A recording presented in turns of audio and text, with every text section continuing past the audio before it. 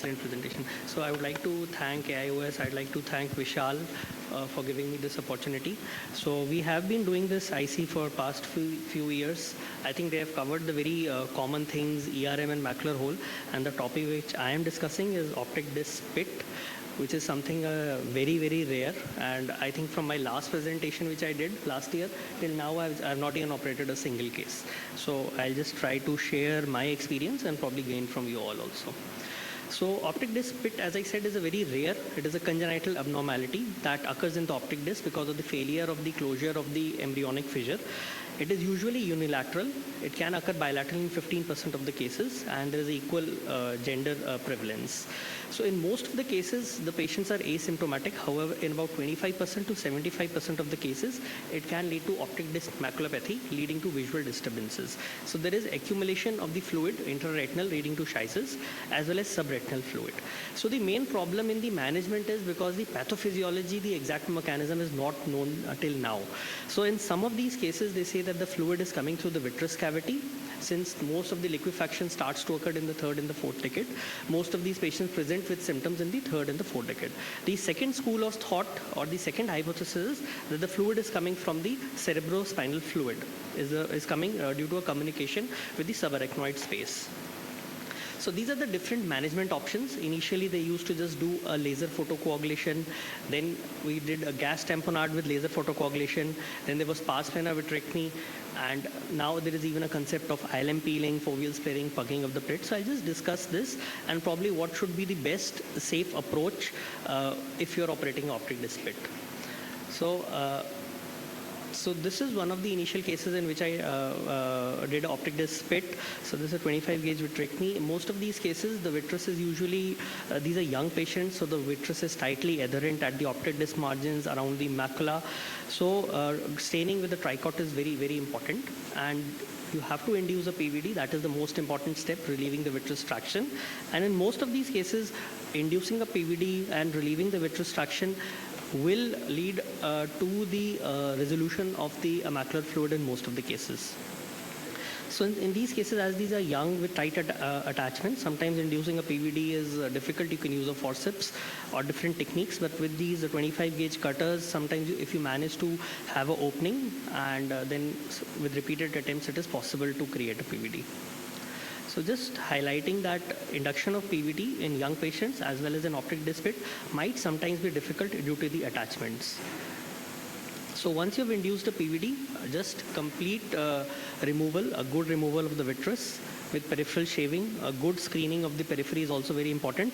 As you can see in this case, when I screen the periphery, there will also be presence of a small supratemporal lattice with a tear and a localized detachment. So this is the area. If it is visible, this is the break. So it's very important in every retinal case that you should do a good screening. So I did a cryo, and following that, a gas tamponade. So this is the preoperative picture in which you can see there is a large amount of subretinal fluid with macular schisis. And gradually, this fluid, it takes some time. It takes about 6 months even for the whole fluid to resolve. And this patient is under follow-up. It has been around 6-7 years. The patient has got a vision of 6/9, and the fluid is completely resolved. So the latest society pictures are not here. So now the next thing is whether we should do ILM peeling, which I used to do routinely, and plugging of the plit, which is again a controversial thing, whether we should do it or we should not do it. So there are several studies, small studies, which show good results with the plugging of the pit, but however, there is no proven literature which has shown that whether we do ILM peeling or do not do ILM peeling will show superior result. Also, this disease is very uncommon that I could do a comparative study. So these are the various studies which said that if we just do a pars plana vitrectomy with a gas tamponade, with or without laser photocoagulation, it shows very good results. In 10 out of the 11 patients, it showed good results. Laser photocoagulation causes a permanent barrier which had been recommended, and it does leads to the enlargement of the blind spot, does not affect the visual acuity. So I don't recommend doing laser, but if you want to do a sub-threshold laser by reducing the power at the end of the surgery, it can cause a permanent barrier. So this is another surgery. Why I'll be discussing to do ILM peeling or not to do. So as I was routinely doing a foveal sparing ILM peeling after the induction of the PVD. So this is one case in which I did a foveal sparing ILM peeling, and I'll just show to you that what is the problem can happen if we do ILM peeling. So again, induction of the posterior vitreous detachment. So unfortunately, I just can't fast forward the video, otherwise it will stop.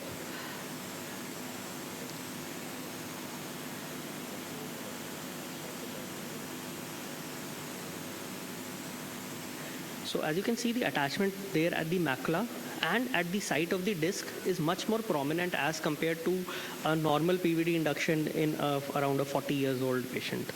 So after the completion of the vitrectomy, so I'll do ILM peeling in this case, and you have to be very careful to do a foveal sparing ILM peeling because usually the roof of the fovea is very thin and you can de-roof it and lead to a macular hole. So in this case, despite doing a foveal sparing ILM peeling and the plugging of the pit, so I'll just stop this video, and this I'm just doing ILM peeling. I'll complete the ILM peeling and I'll just not involve the fovea, and one of the ILM flaps, I'll just place it over the optic disc. So again, I'll just discuss that why we should not just place it, but rather it is important to plug it. So a foveal sparing ILM peeling was done.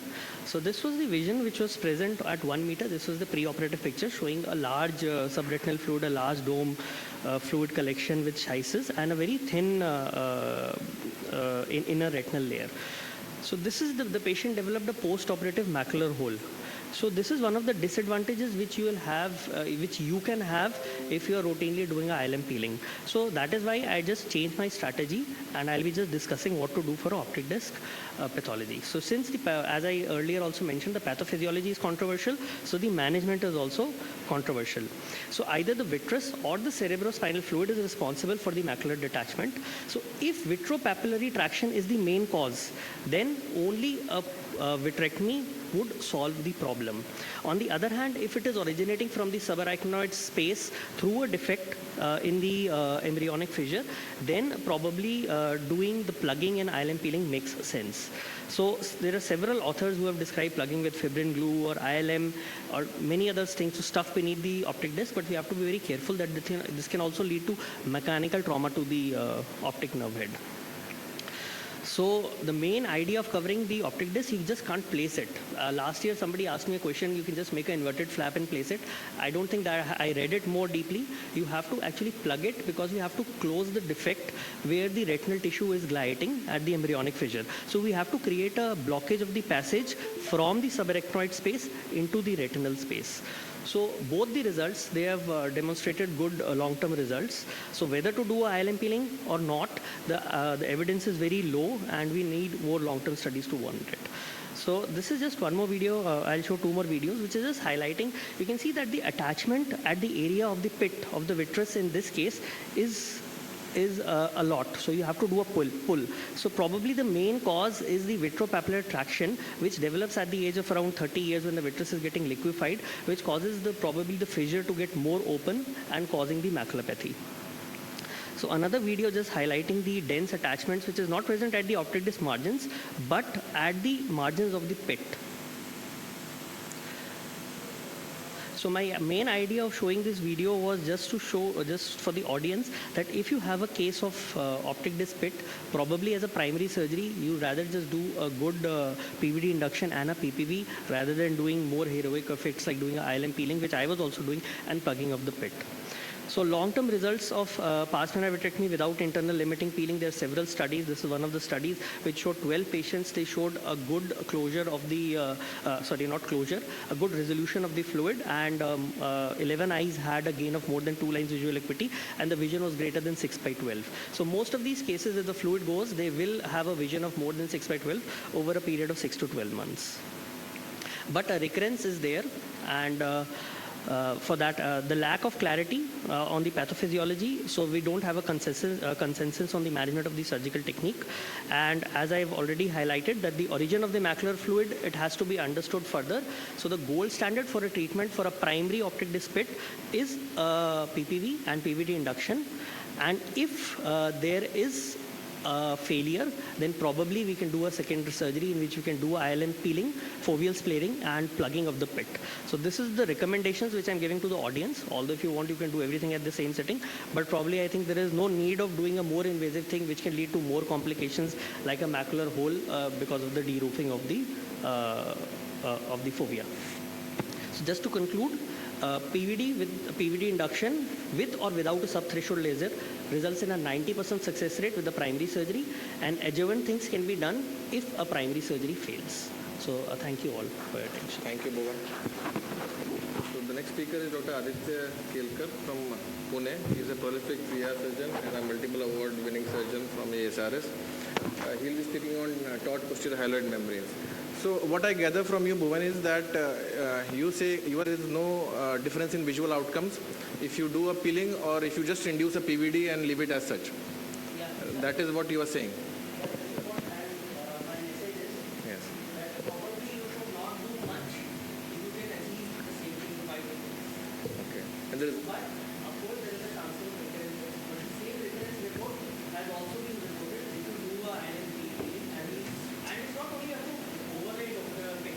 Yeah. You have to stuff it inside the pit.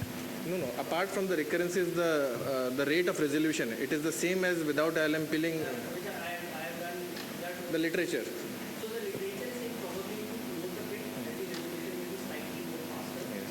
And if you don't do it, it will take more time. And Dr. Aditya, you are using, I've seen your videos using amniotic membrane and other adjuncts to close the pit. How does that work? And do you do that in the primary go or for refractory cases? So I've used it in a patient who was having a refractory macular optic pit maculopathy. Yeah. So she was a girl who was operated previously by the conventional technique, which did not work, and then she presented with a recurrence after almost 9 to 10 months. And then I have used the amniotic membrane plug in that patient, where I did not have to use any additional tamponer like gas or air, and even additional laser wasn't required. Yes. That's right. Yes.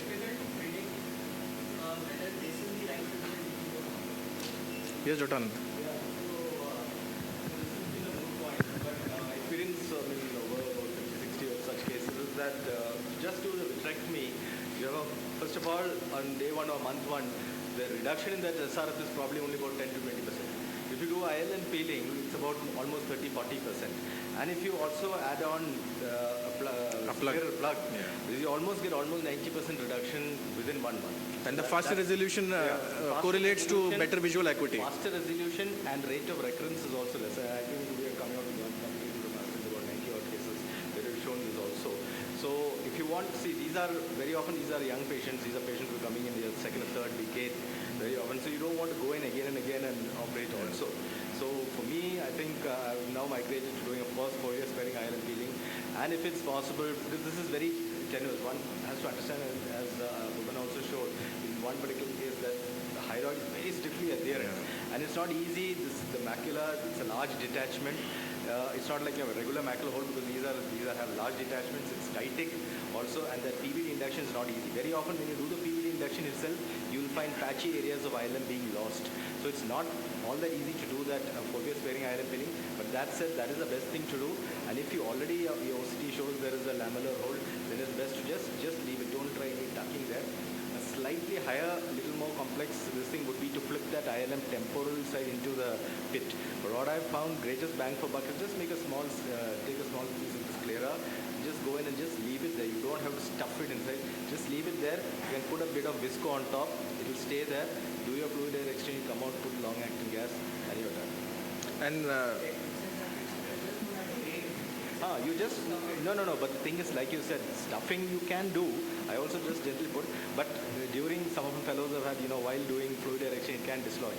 What you can do is just put a bit of visco right on top of that, so nothing happens. So even this is almost like a foolproof technique for beginners. Yeah. So just keep it there. You can push it a little, but don't be forceful with it. It stays there because this is an excavation. It will stay there. And then even if it's a myope, I have one case particularly, I remember myope with OD.